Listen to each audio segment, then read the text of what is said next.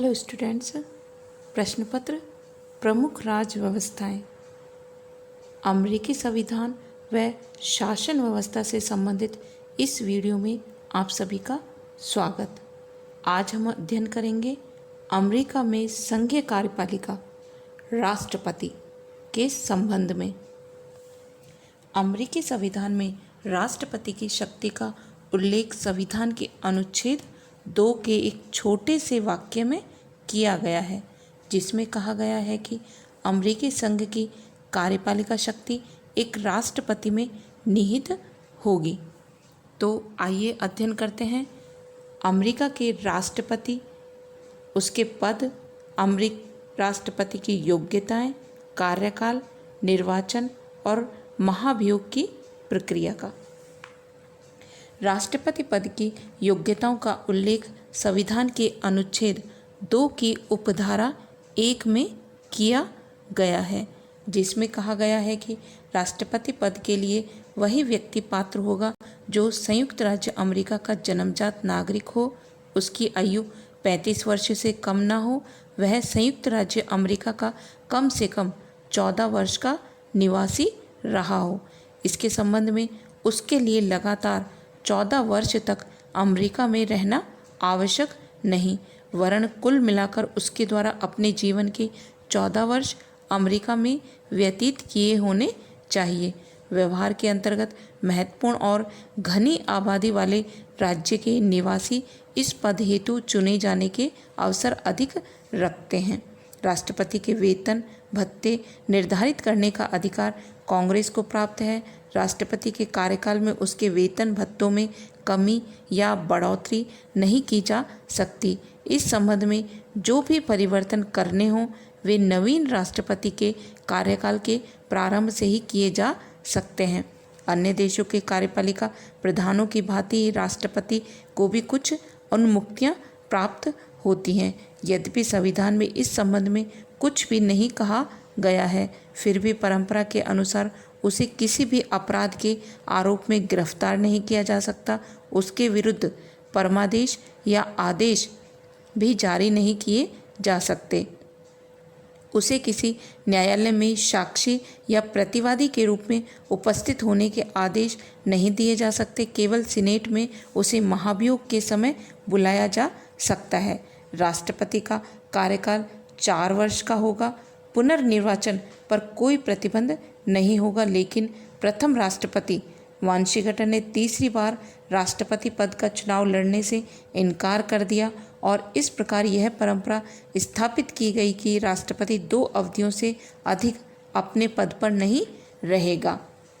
22वें संविधान संशोधन के अनुसार एक ही व्यक्ति तीसरी बार राष्ट्रपति पद पर नहीं चुना जा सकता। इसके साथ ही यदि कोई व्यक्ति जब उपराष्ट्रपति पद पर कार्य कर रहा था तभी राष्ट्रपति पद रिक्त हो गया और उस समय उसके द्वारा राष्ट्रपति पद पर कार्य किया गया, जैसा कि फ्रैंकलिन डी रूजवेल्ट के निधन पर ट्रूमैन द्वारा और कैनेडी के निधन पर लिंकन डी जॉनसन द्वारा पद धारण किया गया, तो उसका कुल कार्यकाल 10 वर्ष से अधिक नहीं हो सकता।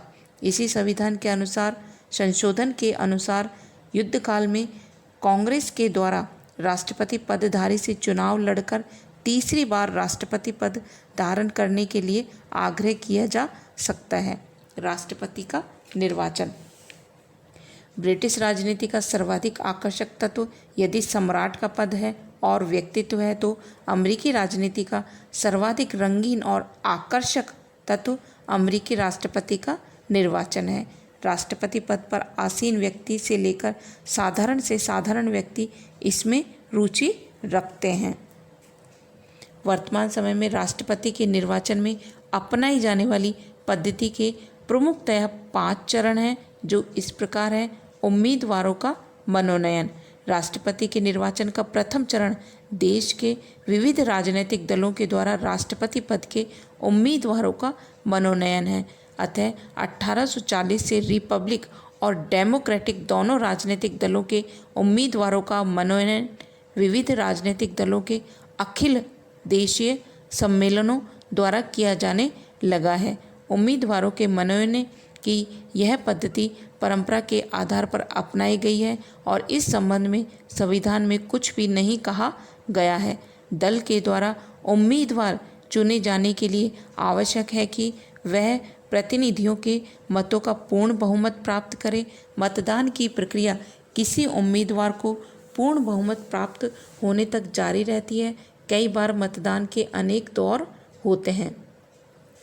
संयुक्त राज्य अमेरिका में अब इस संबंध में यह भी परंपरा स्थापित हो गई है कि राष्ट्रपति और उपराष्ट्रपति पद के उम्मीदवार न केवल अलग अलग राज्यों वरन दो अलग अलग क्षेत्रों से होने चाहिए, जिसका अर्थ यह है कि यदि राष्ट्रपति पद का उम्मीदवार उत्तरी राज्यों से है तो उपराष्ट्रपति पद के लिए उम्मीदवार दक्षिणी राज्यों से होना चाहिए। उपराष्ट्रपति पद के लिए प्राय कड़ा संघर्ष नहीं होता और शीघ्र ही कोई न कोई उम्मीदवार स्पष्ट बहुमत प्राप्त कर इस पद के लिए दल का उम्मीदवार बन जाता है।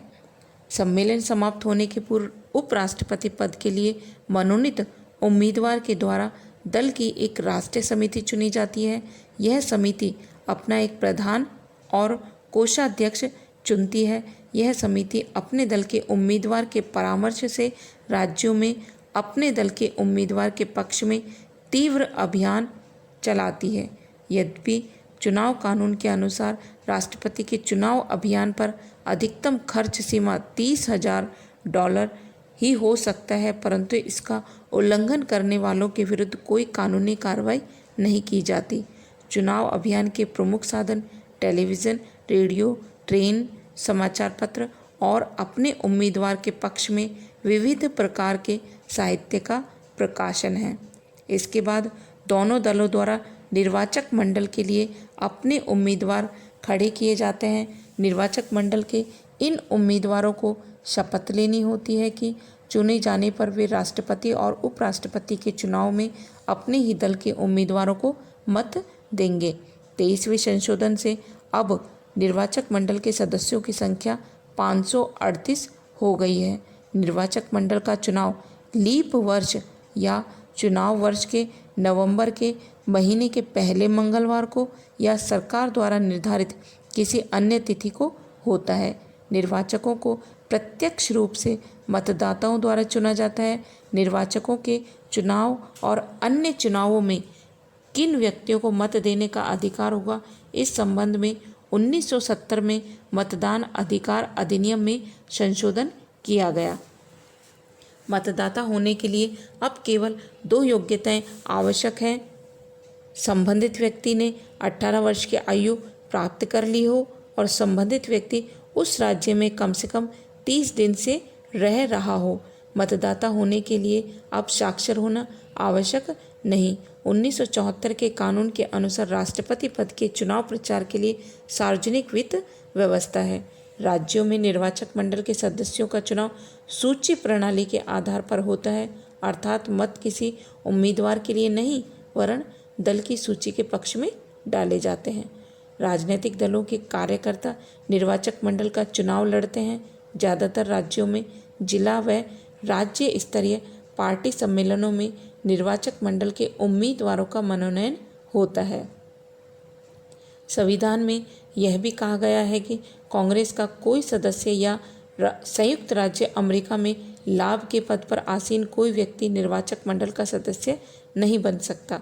इस निर्वाचक मंडल का कार्य राष्ट्रपति तथा उपराष्ट्रपति चुनने के अतिरिक्त और कुछ भी नहीं है।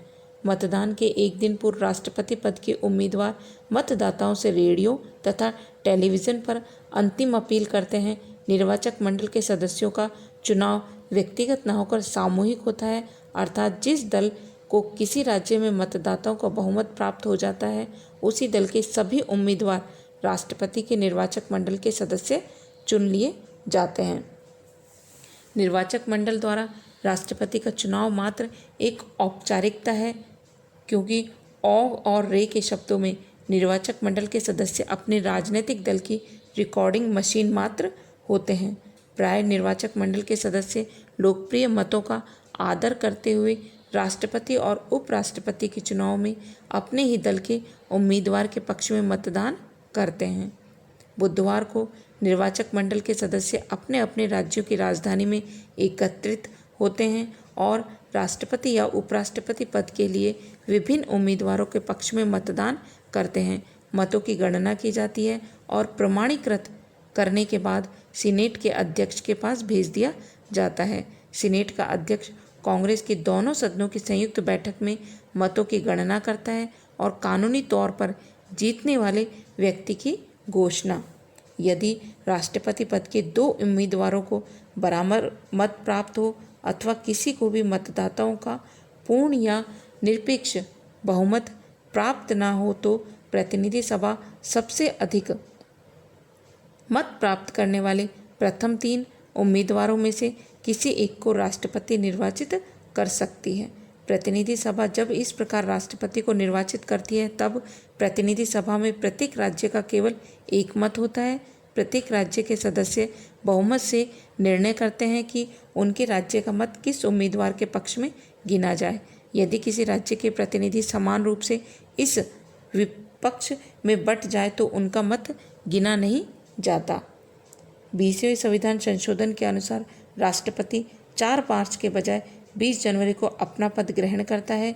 इस संशोधन में यह भी निश्चित किया गया है कि यदि नवनिर्वाचित राष्ट्रपति की अपने पद पर आसीन होने के पूर्व मृत्यु हो जाती है तो उपराष्ट्रपति राष्ट्रपति बन जाएगा।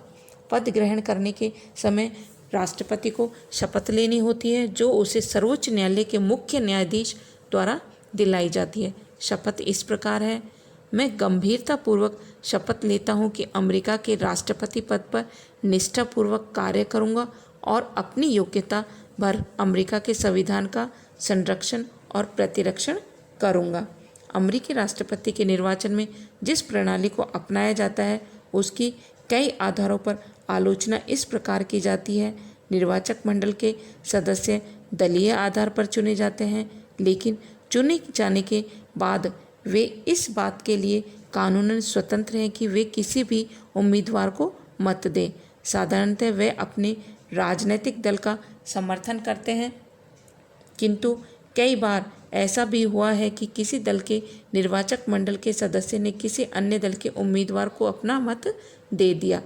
त्रुटि निश्चित रूप से अधिक गंभीर है और वह निर्वाचन मंडल की इस बात में निहित है कि राज्य विशेष में जिस राजनीतिक दल को बहुमत प्राप्त होता है उसे उस राज्य के सभी निर्वाचकों को चुनने का अधिकार प्राप्त हो जाता है। इस बात के कारण चुनाव परिणाम बहुत त्रुटिपूर्ण रूप से सामने आते हैं। निर्वाचन प्रणाली के कारण राष्ट्रपति के निर्वाचन में घनी आबादी वाले राज्यों का महत्व अधिक बढ़ जाता है। कम आबादी वाले राज्यों तथा ग्रामीण क्षेत्रों की उपेक्षा होती है।